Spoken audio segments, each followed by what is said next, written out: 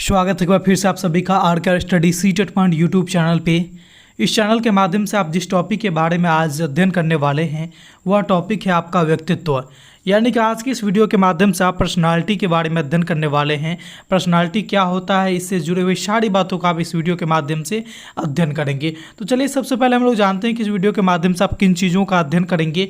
तो सबसे पहले आप जानेंगे इस वीडियो के माध्यम से कि व्यक्तित्व किसे कहते हैं। इसके बाद आप जानेंगे कि व्यक्तित्व का क्या अर्थ है, साथ ही साथ व्यक्तित्व की परिभाषा किस प्रकार से दे सकते हैं, और साथ ही साथ आप यह भी जानेंगे कि व्यक्तित्व कितने प्रकार के हैं। यानी कि कुल मिलाकर के बात यह है कि आज के इस वीडियो के माध्यम से आपके व्यक्तित्व से जुड़े सारे टॉपिक, सारे टर्म्स के बारे में अध्ययन पूरी हो जाएगी। तो चलिए बिना किसी देरी की वीडियो को स्टार्ट करते हैं और जानते हैं सबसे पहले हम लोग व्यक्तित्व यानी पर्सनालिटी के बारे में कि ये किसे कहते हैं, ये किस प्रकार की होती है। जैसे कि जब कभी भी आप किसी व्यक्ति को देखते हैं तो कहते हैं ना कि वाह इसकी क्या मतलब पर्सनालिटी है। ऐसे बोलचाल की भाषा हम कहते हैं ना कि मतलब ये कितना बेहतर दिख रहा है, इसकी बातें करने की शैली कितना बेहतरीन है, इसका बिहेवियर कितना अच्छा है, इसका आचार विचार कितना बेहतर है। तो इस प्रकार की जो बातें हम करते हैं किसी व्यक्ति के बारे में, उसको देख करके यही चीज़ व्यक्तित्व कहलाता है। कहने का मतलब कि बाहरी इंप्रेशन जो होती है किसी व्यक्ति का, वह व्यक्तित्व कहलाता है। जो आपको उसके बाहर से झलकता है, देखने पर वो झलकता है, जो भी चीज़ें झलकती है अच्छाई, वो सारे के सारे व्यक्तित्व कहलाते हैं। इसके संदर्भ में हम और भी बातें करेंगे कि व्यक्तित्व को कैसे हम लोग इसको क्लियर परिभाषित कर सकते हैं और व्यक्तित्व के बारे में उसका शाब्दिक अर्थ क्या है, पहले इसको जानते हैं। देखिए पर्सनालिटी जो है, जिसका हिंदी व्यक्तित्व होता है, तो पर्सनालिटी शब्द जो अंग्रेजी का शब्द है, इसकी उत्पत्ति लैटिन भाषा के शब्द पर्सोना से हुई है। ठीक है, और पर्सोना का जो अर्थ होता है वो होता है मुखौटा। मुखौटा कहने का मतलब कि एक प्रकार से हम कह सकते हैं कि ये एक नकाब है या फिर वेशभूषा है जो हमारे चेहरा को, हमारे शरीर को ढक के रखता है। इस प्रकार के चीज़ें होता है पर्सोना का मतलब। इसी से हमारा पर्सनालिटी भी होता है। तो इससे भी यही बना हुआ है कि वे सारे चीज़ें आएंगी इसमें जो हमारे एक शरीर के को ढक के रखता है, जो बाहर से हमें दिखता है। तो कहने का मतलब हम कह सकते हैं कि पर्सनालिटी के मतलब हम लोग कह सकते हैं, व्यक्तित्व के मतलब यह कह सकते हैं कि किसी भी व्यक्ति का बाहरी वेशभूषा जो है वो उसका व्यक्तित्व कहलाता है। ठीक है, और बाहरी वेशभूषा में बहुत सारी चीज़ें आती हैं जिसके बारे में जानकारी अभी आप जस्ट इसके वीडियो के अंदर करने वाले हैं। तो चलिए सबसे पहले हम लोग जानते हैं इसके बाद व्यक्तित्व के बारे में कुछ और बातें कि किसी भी व्यक्ति के अंतर्गत किसी भी व्यक्ति के व्यक्तित्व के अंतर्गत उसके रंग रूप आते हैं, साथ ही साथ उसका क्या स्वभाव है वो भी आएंगे, उसके चरित्र, उसके बुद्धि, शारीरिक संरचना, उसके विचार, उसके बिहेव, उसके व्यवहार। ठीक है, बहुत सारे बातों करने की ये जो शैली है, ये सारी चीज़ें आती है किसी भी व्यक्ति के। ये सारे के सारे गुण जो है वो व्यक्तित्व कहलाता है। व्यक्तित्व के अंतर्गत ही हम इन चीज़ों को देखते हैं, जांचते हैं, परखते हैं। ये सारी चीज़ क्या कहलाएगी, किसी भी व्यक्ति का व्यक्तित्व कहलाता है। ठीक है, व्यक्तित्व को किसी भी व्यक्ति के आनुवांशिक या फिर वातावरणीय दोनों कारकों के रूप से संयुक्त रूप से हम प्रकटीकरण कह सकते हैं। कहने का मतलब कि व्यक्तित्व जो भी होता है किसी भी बालक का, किसी भी व्यक्ति का, उसमें उसका कुछ आनुवांशिक गुण भी आते हैं और कुछ ना कुछ उसके वातावरणीय कारक से भी वो प्रभावित हुए गुण आते हैं। तो कहने का मतलब इस प्रकार से हम कह सकते हैं कि व्यक्तित्व को हमारे आनुवंशिकता और वातावरण दोनों मिल करके प्रभावित करता है। ठीक है, तो क्योंकि हमारा जो व्यक्तित्व होता है वह वंश परंपरा कहे या फिर परिवेश, दोनों के अनुरूप ढलता है। कहने का मतलब कि हमारे जो जीन के द्वारा जो पूर्वजों के गुण आते हैं व्यक्तित्व के माध्यम से, वह भी व्यक्तित्व में सम्मिलित होता है, और साथ ही साथ वातावरण के अनुसार भी बच्चे में, किसी व्यक्ति में व्यक्तित्व में परिवर्तन नजर आता है। जैसे कोई व्यक्ति स्मार्टली बात करता है तो बात करना बच्चे कहाँ से सीखेंगे, तो वातावरण में सीखेंगे, है ना। तो ये सारी चीज़ें इसलिए कहा गया है कि व्यक्तित्व जो होता है उसमें आनुवंशिकता और वातावरण दोनों का प्रभाव पड़ता है, और व्यक्तित्व आनुवंशिकता और वातावरण दोनों का गुणनफल होता है। यानी कि व्यक्तित्व को कहा गया है कि व्यक्तित्व जो है वह आनुवंशिकता और वातावरण के परस्पर गुणनफल के फलस्वरूप व्यक्तित्व का निर्माण होता है, और व्यक्तित्व उससे कहीं ना कहीं ज़्यादा प्रभावित होते हैं, वातावरण और हमारा आनुवंशिकता दोनों से। तो ये बातें आपको याद रखनी है। और आगे हम लोग बात करते हैं व्यक्तित्व की परिभाषा की ओर चलेंगे। तो सबसे पहले जो हम यहाँ पर परिभाषा की बात करेंगे वह है आइसेंक। वे कहते हैं कि व्यक्ति के चरित्र, स्वभाव, बुद्धि तथा शरीर का गठन द्वारा निर्मित अपेक्षाकृत उच्च स्थायी या फिर टिकाऊ व्यवस्था को व्यक्तित्व कहा जाता है, जिस पर उसका परिवार से विलक्षण समांजन निर्भर होता है। कहने का मतलब इनका जो मानना है कि जो भी चरित्र वगैरह है वो सारे के सारे व्यक्तित्व के कारण ही ये विकसित होते हैं, ठीक है। और आरबी कैटल कहते हैं कि व्यक्तित्व वह गुण है जिसके आधार पर भविष्य कथन करना संभव होता है कि व्यक्ति प्रदत्त परिस्थिति में किस प्रकार का आचरण प्रदर्शित करेगा। यानी कि किसी भी व्यक्तित्व को देख करके आप ये अंदाज़ा लगा सकते हैं इनके अनुसार कि उसके सामने किसी भी प्रकार की अगर समस्या आती है भविष्य में, तो वह उस समस्या से निपटने के लिए किस प्रकार के क्रियाकलाप को करेगा, किस प्रकार की गतिविधि को प्रकट करेगा। ये उसके व्यक्तित्व में झलकते हैं, उसके आचरण में झलकते हैं, उसके चरित्र में झलकते हैं, ठीक है। ये कह रहे हैं हमारे आरबी कैटल। वैसे हम अगर सामान्य परिभाषा की बात करें तो किसी भी व्यक्ति का बाहरी वेशभूषा, उसका स्वभाव, उसका विचार, उसका चरित्र, उसका व्यवहार, उसके रुचि, उसके संवेग, ये सारे चीज़ जो है वह व्यक्तित्व कहलाता है। तो आप इन तीनों परिभाषा में से किसी भी परिभाषा को याद रखेंगे तो आपका वहाँ पर जो है एग्जाम में जो भी क्वेश्चन आएंगे वो इजीली सॉल्व हो जाएंगे, आपको किसी भी प्रकार की कोई समस्या नहीं आएगी। अब हम लोग बात करते हैं व्यक्तित्व कितने प्रकार के होते हैं। तो व्यक्तित्व को अलग अलग मनोवैज्ञानिक ने अलग अलग तरह से इसको बांटा है। जैसे कि जुंग के अनुसार अगर हम बात करेंगे तो उन्होंने कहा है कि मनोवैज्ञानिक गुणों के आधार पर व्यक्तित्व को मुख्य रूप से उन्होंने 3 भागों में वर्गीकरण किया है। कौन? तो जुंग। पहला जो उन्होंने वर्गीकरण किया है वह है अंतर्मुखी व्यक्तित्व। मतलब इनका कहना है कि इस प्रकार के जो व्यक्तित्व होते हैं वह अंतर्मुखी स्वभाव के होते हैं। कहने का मतलब क्या है कि वह अपने आप में ही मस्त रहते हैं, उसे किसी भी दुनियादारी से कोई मतलब है नहीं, अपने आप में वो खुश रहते हैं, सामाजिक काम वगैरह से उसको कोई मतलब नहीं रहता है। वही दूसरे प्रकार के जो व्यक्तित्व होते हैं इसमें उन्होंने उनका जो नाम दिया है बहिर्मुखी व्यक्तित्व। इसमें उन्होंने बताया कि व्यक्ति सामाजिक कार्य में विशिष्ट रुचि रखता है।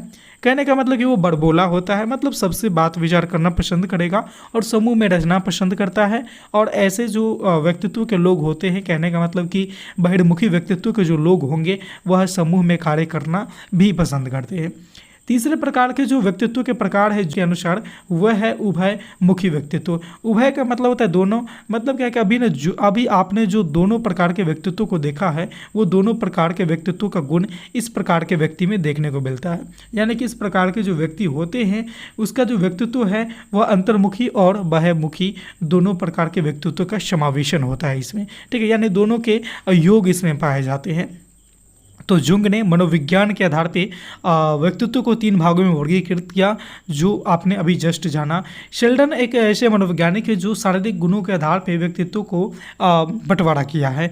उन्होंने भी सबसे पहले बताया है कि व्यक्तित्व का एक ऐसा मतलब कि ये बंटवारा के आधार पे बताया कि एक ऐसा प्रकार होता है जिसे हम लंबाकार कह सकते हैं। कहने का मतलब कि ऐसे व्यक्तित्व के जो लोग होंगे वह शरीर से दुबले पतले होंगे तथा लंबे होते हैं, ठीक है। जैसा कि आप तस्वीर में इस बंदे को देख सकते हैं, छोटा सा बालक है, दुबला पतला एकदम लंबा है। और ऐसे व्यक्ति का जो उत्तेजना रहता है ना वो काफ़ी अधिक रहता है। कहने का मतलब कि ऐसे व्यक्ति संवेग पर नियंत्रित नहीं कर पाते हैं। खासकर आप देखेंगे जो पतले दुबले व्यक्ति रहेंगे वो चिड़चिड़ा स्वभाव के रहते हैं, यानी बात बात पे वो गुस्सीला प्रदर्शन करते हैं, मतलब गुस्सीला स्वभाव को प्रदर्शित करते हैं, ठीक है। तो ऐसे व्यक्ति में कहा गया है कि उत्तेजना बहुत अधिक होता है। ठीक इसी प्रकार से उन्होंने दूसरे प्रकार का जो व्यक्तित्व का प्रकार बताया उसमें से है गोलाकार। वे कहते हैं कि इस प्रकार के जो व्यक्ति होते हैं वो मोटे एवं नाटे दिखता है और इस प्रकार के व्यक्ति का जो शरीर का गठन है वह आरामदायक, खुश मिजाज और खाने पीने की चीज़ों पर ये अधिक रुचि रखती है। जैसा कि आप तस्वीर में यहाँ पर इस छोटे से बच्चे को देख भी सकते हैं। इस बच्चे का जैसे जितना ये बच्चा गोला मटोल है वैसे ही ये बच्चा जो अपने आप को प्रदर्शित करने के लिए गोल मटोल नाम का यहाँ पर टी शर्ट भी पहन रखा है। कहने का मतलब है कि इस प्रकार के जो बच्चे रहेंगे गोलाकार व्यक्तित्व के वे एकदम छोटे नाटे कद के रहते हैं, गोल मटोल दिखते हैं। इसका जो शारीरिक गठन होता है वो आरामदायक होता है, खुश मिजाज होता है और ये बच्चे जो होते हैं वो स्वभाव से खाने पीने वाले चीज़ों पर अधिक रुचि प्रदर्शित करते हैं, ठीक है। इस तरह से आप तीसरा प्रकार देखेंगे व्यक्तित्व के वो होते हैं सुडौल। ऐसे लोग की हड्डियाँ और मांसपेशी जो है ना काफ़ी अच्छे विकसित होते हैं, शरीर के मतलब कहे तो एकदम फिट नजर आते हैं। सुडौल का मतलब क्या है उसका जो शारीरिक गठन है उसमें जो हड्डियाँ या फिर उसके मांसपेशियाँ की बात करी जाए तो एकदम फिट रहते हैं। कहने का मतलब कि कहीं पर भी चर्बी वगैरह एक्स्ट्रा नहीं रहता है, मतलब जो शरीर में होना चाहिए एक फिट इंसान में ऐसे व्यक्ति होते हैं। इनको कहा गया है सुडौल की श्रेणी में रखे हैं, ठीक है। तो इन्होंने भी 3 प्रकार के श्रेणी में रखा है व्यक्तियों को उसके व्यक्तित्व के आधार पर, कहने का मतलब शारीरिक गठन के व्यक्तित्व के आधार पर। तो ये बातों को आप याद रखेंगे, दोनों मनोवैज्ञानिक का जो अपना अपना प्रकार है इसको आप याद रखेंगे। आगे हम लोग बात करते हैं व्यक्तित्व को प्रभावित कौन कौन से कारक करते हैं। जैसा कि आपने देखा कि व्यक्तित्व हमारा है वो आनुवंशिकता और वातावरण दोनों का गुणनफल होता है। तो स्वाभाविक सी बात है कि व्यक्तित्व को आनुवंशिकता और वातावरण दोनों प्रभावित करेंगे।